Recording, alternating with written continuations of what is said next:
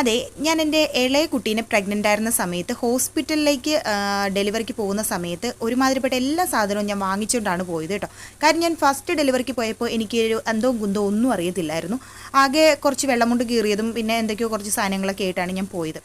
പിന്നെ എന്ന് പറഞ്ഞിട്ടുണ്ടെങ്കിൽ നമ്മൾ പണ്ട് മുതലേ നമ്മുടെ പഴമക്കാരൊക്കെ പറയുമല്ലോ, കുഞ്ഞ് ജനിക്കുന്നതിന് മുമ്പ് ഇങ്ങനെയുള്ള സാധനങ്ങളൊന്നും വാങ്ങിച്ച് വെക്കരുതെന്ന്. പക്ഷേ ശരിക്കും പറഞ്ഞാൽ കൊറോണ വന്നതിന് ശേഷം ആ ഒരു കോൺസെപ്റ്റിനൊക്കെ ഒരുപാട് മാറ്റം വന്നിട്ടുണ്ട്.